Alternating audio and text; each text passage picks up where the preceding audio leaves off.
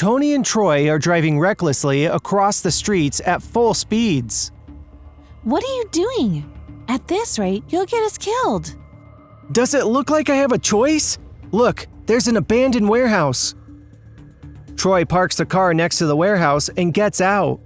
However, the police are following behind them and surround them instantly. Wait, are those? The SWAT teams and police officers pull out rifles. Guns? The police start firing.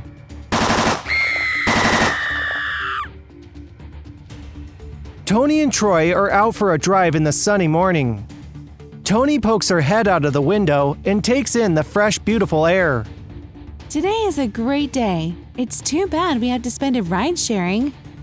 It is what it is. Now let's get started on our first customer for the day. Well, these two brothers want to go for a ride to Westwood Street from the stock exchange. Butch and Vinny. That's not that far. But who would want to go from the stock exchange to a random street? Who cares? As long as they're paying us money, I'm good. Toni looks at Troy with a disapproved look. The two soon arrive at the stock exchange, but no one is there. This is a bummer. What's taking them so long? Suddenly, two men dash out of the entrance of the building. They look around and see Toni and Troy's car. They bolt towards it and enter immediately. Sorry for the delay. We're here. Let's go! Woohoo! Hi there, folks. So, how was your day? We're good. Can you please hurry up? We have to be somewhere. Be somewhere? Like in the middle of a street? Ouch!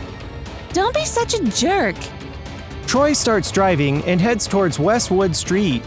Meanwhile, during the ride, Butch and Vinny were constantly looking at their phones anxiously. What's with them? Their eyes are glued to those phones like a bunch of kids. I don't like the looks of this. Something's not right. Do you ever stop worrying? Jeez. Vinny looks out the window behind him.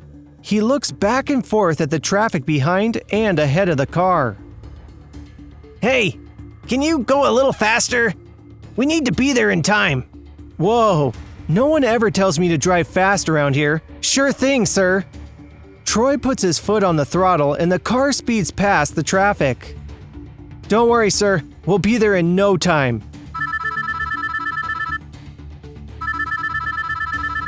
Butch suddenly gets a call on his phone.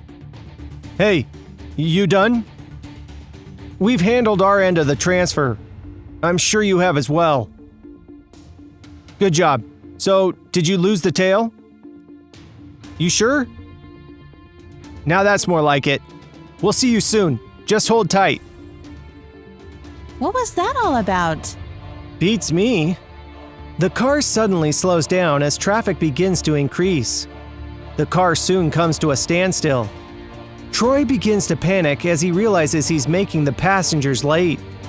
Uh-oh. Nothing to worry about, sir. It's just some traffic. It'll clear up soon.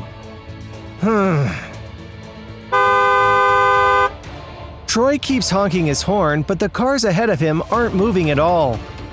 This isn't looking too good. Uh-oh. What do you mean? Toni looks behind and notices the quiet and calm passengers sitting behind her. It's weird. A minute ago, they couldn't wait to get going and wanted to move as fast as possible. But now that we're stuck in this traffic, they seem as cool as a cucumber without a care in the world. Well, they must know that we can't do anything, so… There's something fishy here. Well, even if there is, we have to get going sooner or later. Troy steps out of the car and walks towards the commotion. Toni follows him as well, and the two look on. A heavy armored vehicle is moving across the street. Whoa! Is that a tank? It looks so cool! The tank moves its weapons and attacks a car.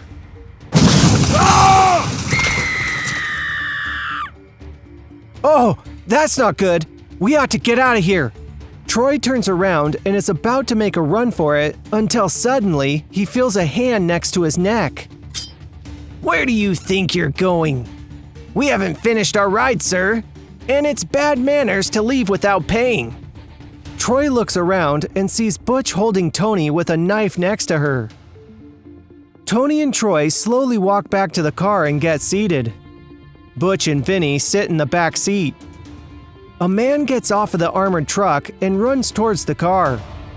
He gets seated and the two motion Troy to start driving. "And hurry, will ya? The cops ought to be on their way."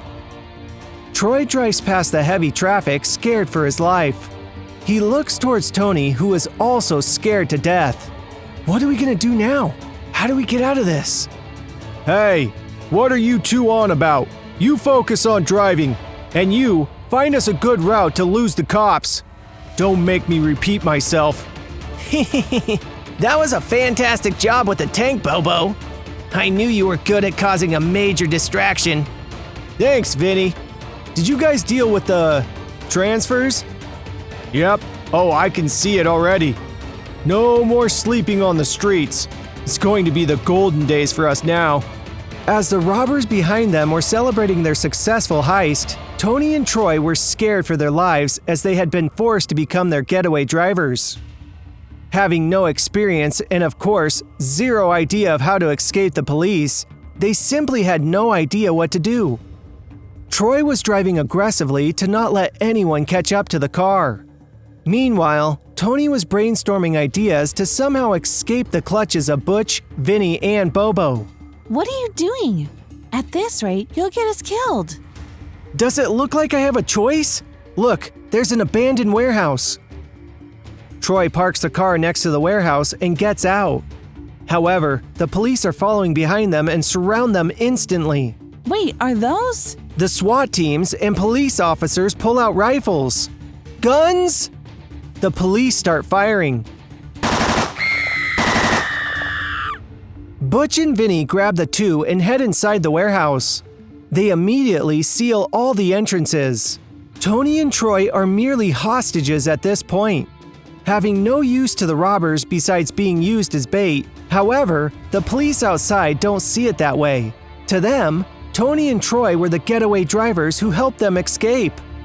Butch, Vinny, and Bobo head upstairs and shut the doors of the room behind them. They begin to discuss their plan. Toni slowly walks upstairs and puts her head next to the door. "What are you doing? You want to get us killed?" They're gonna do that anyway. We need to figure out what their plan is and then outsmart them somehow. Both lean on the door and listen in on the conversation. "With all the funds transferred offshore, the cops can't do anything. Did you make sure to finalize the island deal? The Mo Islands?" "You bet. I can't believe we're gonna live in our island for the rest of our lives. What a way to finish off the heist." "Hey, where are you going?" "I'm going out to have a look at the cops. I'll just…"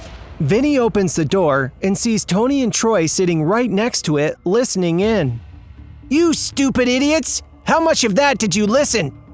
"Nothing. We heard nothing. We just got here." "And you expect me to believe you?"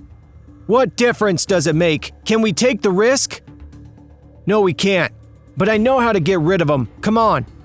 Butch and Vinny tied Toni and Troy and hung them over a vat of acid. They rigged the main door full of explosives. With no way out and clinging to their lives by mere threads, how can Toni and Troy survive? Find out next in part 2 of Highway Robbery.